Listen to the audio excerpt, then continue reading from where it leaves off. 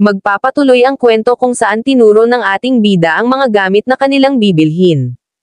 Maliban nga lang daw sa dalawang items ay bibilhin ng araw ng bida lahat. At inabot ang kanyang black card at makikita naman si Shulele na na-inlove na sa ating bida. At ang seller na gulat, habang nakangiting nagsabi ang seller na ay di-deliver ng araw nila ang mga binili ng bida sa address ni Shulele. Makikita naman si Shulele na hawak ang kanilang mga pinamili habang may nai-inlove na expression. Sinabi nga nito na gwapong araw ang ating bida kapag nagsuswipe ito ng black card. Kasabay nga din nun ang pagtaas nito ng favorability sa ating bida. Habang nagpatuloy lang nga sila sa pamimili at patuloy din ang pagtaas ng favorability ni Shulele. Hanggang sa dami na nga nilang pinamili ay tila napagod na si Shulele. Sinabi pa nga nito na hindi na nga raw kasya sa kanyang bahay ang lahat ng kanilang pinamili, habang seryoso lang na sinagot ito ng bida na kung hindi nga raw kasya ay bibilhan na nga lang daw ng bida si Shulele ng bahay. Dahil sa narinig ay nagulat nga rito si Shulele, at sa itsura na parang nagtataka ay sinabi nga nito. Marami na nga raw na nagastos na pera ang ating bida. Bukod pa nga raw doon ay ito lamang ang kanilang unang pagkikita, wag na nga raw masiyadong seryoso ang bida. Nagbibiro nga lang daw siya habang makikita na muling umangat ang favorability nito. Sa isip naman ng bida ay kung natakot nga daw ba niya si Shulele. Sa bagay nga raw ang pagbili nga raw ng bahay sa unang pagkikita pa lang ay masyado nga raw kainahinala. Nang biglang lumapit nga ang bida kay Shulele at binanggit ang mga information nito. Shulele, junior in the art college. 21 years old na ngayong taon, 165 centimeters tall, 49 na kilo. Paboritong kulay, black, paboritong pagkain Korean cuisine, zodiac sign Capricorn. Size ng sapatos 37, mahilig manood ng nakakatakot na palabas pero takot maglakad mag-isa sa gabi. Nang makikitang dahil sa narinig ay napatakip na lang si Shulele ng kanyang bibig sa gulat. Nang may ngiti sa mukha ng bida ay sinabi pa nito kung hindi nga raw niya gusto si Shulele ay bakit nga raw ang dami niyang alam, at sinabihan pa ng bida ang seller kung mayroon nga raw ba itong membership card. Magsesend nga raw ang ating bida ng 500,000 sa kanila para nga raw sa hinaharap na pumunta si Shulele muli doon, ay ibigay na nga raw agad ang mga latest na bag. Agad namang sumang-ayon dito ang seller, habang nagsalita pa ang bida kung natakot nga raw ng bida si Shulele. Hayaan nga raw ni Shulele na magbigay pa siya ng regalo. Na dahilan ng sobrang ikinamula ni Shulele ng husto. Habang lumapit naman ang bida kay Shulele at may ibinulong. Kung nakokonsensya nga raw si Shulele ay pwede naman daw nito nalang bayaran ang ating bida ng katawan nito. Dahil sa binulong ng bida ay namula naman si Shulele at itinulak ang ating bida sa hiya. Kasabay ang pagtaas ng favorability nito ng 30, habang pati ang mga seller naman ay na-inlove na sa ating bida sa paggastos nito. Ang bida nga raw na hindi kagwapuhan ay maraming nga raw pera. Hindi nga lang daw yun ay iniisip nga rin daw ng bida ang nararamdaman ng babae, habang may ngiti sa labi ay iniisip nga ng bida pagdating nga raw sa panliligaw ng babae. Ang pagkakaiba nga raw ng mayaman sa mahirap ay talagang malaki, habang nagtanong naman si Shulele sa ating bida marami na nga raw binili ang bida para sa kanya, wala nga daw bang plano ang bida na bumili para sa sarili niya. Simple lang naman na sumagot ang ating bida na wala nga raw siyang pera. Sumagot naman si Shulele na nakita na nga raw niya, ito na nga raw ang pagkakataon niya para makaganti sa ating bida. Habang sa isip naman nito para nga raw makuha niya ang bida ay kailangan nga rin daw niyang magbigay, at makikitang binibilhan niya ang bida ng damit at pinapagupitan. Nang makikitang may nagbukas ng kurtina, at ang bida pala ito nakakatapos lang magbihis ng mga damit na binili nito. Sa paglabas naman nito makikita ang reaksyon ni Shulele at ang seller na halatang nagwapuhan sa ating bida. Habang tumaas ang favorability ni Shulele ay sa isip nga nito ay pagtapos nga raw bihisan ang ating bida ay ito nga raw ay hindi kapani-pani walang gwapo. At nahihiya naman na nagtanong ang ating bida kung mukha nga raw ba siyang nakakatakot. Sa isip naman ng bida ito nga raw ang unang beses na mayroon siyang ginastos para sa sarili niya. Sumagot naman si Shulele na hindi nga daw sa totoong araw tingin nga raw ni Shulele ay bagay na bagay talaga sila ng bida. Nang binitawan na nito ang ating bida, sobrang saya nga raw nito ngayon at ngayon na nga lang din daw nito naramdaman na parang in love siya, habang nagbigay ng flying kiss sa ating bida ay nagpaalam na ito, at makikita ang kasalukuyang naipon na favorability ng bida kay Shu Leilei 68. Habang makikita ang gusali at nagbalik na nga ang bida sa bahay nito. Dahil sa itsura nito na gwapo ay nagulat ang kanyang mga kaibigan. Napatanong naman ang isa ano nga raw ba ang nangyari sa ating bida at ano nga raw ba ito. Sumagot ang bida habang nakangiti na nakipag-date nga raw siya kay Shu Leilei. Habang makikita ang muka ng kanyang kaibigan na hindi makapaniwala. Sinabi nga ng isa niyang kaibigan kung hindi na nga raw ma-handle ng ating bida si Shutong paano pa nga raw ba niya maha-handle si Shu Leilei.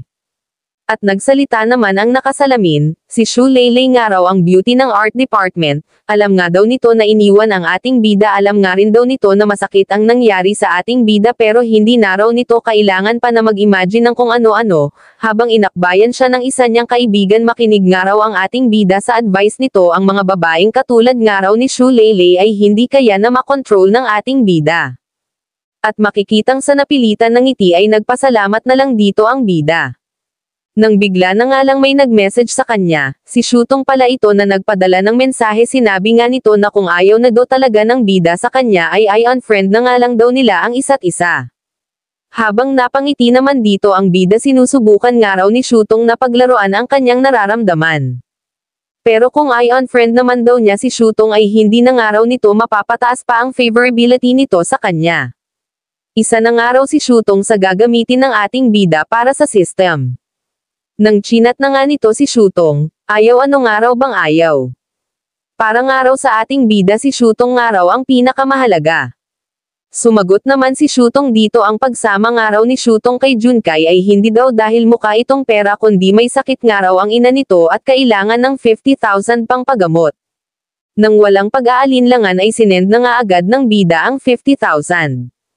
Na ikinagulat ni Shutong, sinabi pa nito, sinabi nga lang daw niya sa ating bida na kailangan niya ng 50,000 ay agad naman daw itong sinend ng bida. Habang nagtanong naman ang kanyang kaibigan na mukhang multo. Kung ang nagsend nga ba daw ng pera ay si Junkai, sinagot naman ito ni Shutong hindi nga raw iyon si Junkai ni hindi nga man lang daw siya mabilhan ni Junkai ng isang bag. Ang bida nga raw ang nagsend sa kanya, sumagot naman ang kaibigan niya na mukhang multo.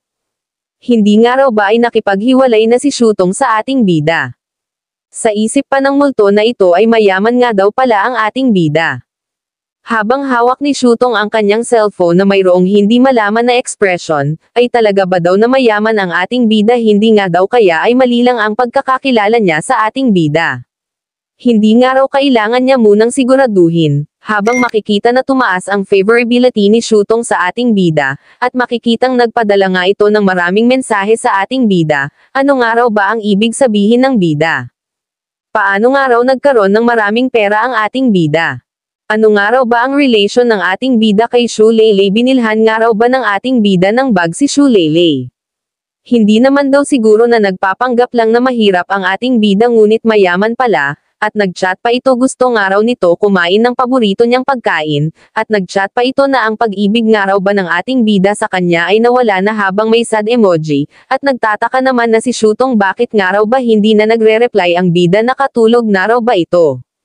Habang sa isip naman ng ating bida ay matalino nga raw si Shutong, at hindi nga rin daw pwede na madaliin niya si Shu Leilei, habang hawak ng bida ang kanyang phone ay iniisip nga nito na kung saan nga raw ba siya maaaring gumastos ng pera sa babae, at makikitang pinindot nga nito ang isang live platform, at may makikita nga tayong isang magandang babae, sinasabi nga ng babaeng ito. Isang oras na nga raw siyang nagla-live ay wala parent daw nagbibigay ng gift. Habang may malademonyong ngiti sa isip naman ng bida ang paggastos nga raw ng milyon sa mga gifts, ay mas maganda kesa sa pagbili ng mga bag, mukhang pumunta nga raw siya sa tamang apps, nang pinindot na nga nito ang apps. Habang pinasalamatan naman siya ng babae sa pag-send ng rocket. At nang laki na nga lang ang mata nito sa nakita, tinadtad pala siya ng ating bida ng maraming rocket gift, nang makikitang gulat na gulat lahat ng manunood at pati ang babae. Ang 100 nga raw na rocket ay katumbas na ng milyon, at makikita ang mga comment ng mga nanunood, sinasabi nga ng mga ito na paparusahan nga raw ang ating bida ng ama nito sa paggastos ng pera, sa isip naman ng bida na talaga daw palang minamaliit siya ng mga taong iyon. Habang may ngiti sa labi ay gugulatin pa raw niya ang mga ito. At pipindutin nga uli nito ang rocket gift, at nag-send ng isang maliit na rocket sa umpisa. Hanggang tinadtad na naman niya ito ng rocket, habang may lalaking nagmamadali ang sumigaw mayroon nga raw malaking kaganapan. May isang tycoon nga raw na hindi kilala ang nag-send ng 10 million sa live. Na ikinagulat ng matanda at napabuga ang iniinom nito. Tinanong pa nito kung tauhan nga daw ba nila ang gumawa nito. Sa isip pa nito 10 million nga raw hindi nga raw ba parang naglalaba lang ng pera ang tao na yon. Habang lilipat ang eksena sa kwarto ng mga live streamer. Sinasabi nga ng mga ito na kailangan nga raw nila na magbigay ng private message sa ating bida. Habang masayang nag-uusap ang tao nga raw na yon ay nag-send ng 10 million sa channel ni Xiaomer. Sinabi pa ng mga ito kailangan nga raw nila makuha ang ating bida. Habang makikita ang ating bida na hawak ang kanyang phone at maraming nagsesend sa kanya ng private message. Habang si Xiaomer naman ay gulat na gulat sa isip pa nito hindi nga raw ba siya nananaginip may nagsend nga raw sa kanya ng 10 million. Para makasigurado na hindi siya nananaginip ay kinurot nito ang kanyang pisngi. Habang sinabihan naman si Xiaomer ng kanyang boss na siguraduhin daw na hindi mawawala sa kanya ang bida at tataasan nga raw ang sahod ni Xiaomer ng 10%.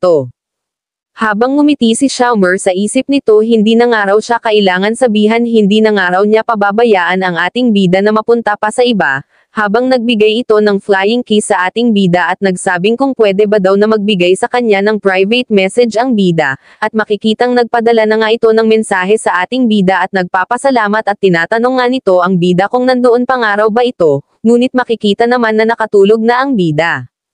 Kinabukasan, habang hawak ng kaibigan ng bida ang kanyang phone ay sinasabihan nga nito ang bida na mayroon nga raw isang mayaman na tao ang gumastos ng 10 million sa Shark Live app, ngunit hindi nila alam na ang bida pala iyon. Nagsalita naman ang nakasalamin sobrang yaman nga raw ng gumawa nito, kaya na nga raw bumili ng maraming bahay sa pera na iyon kung sana nga lang raw ay may ganun din siyang pera.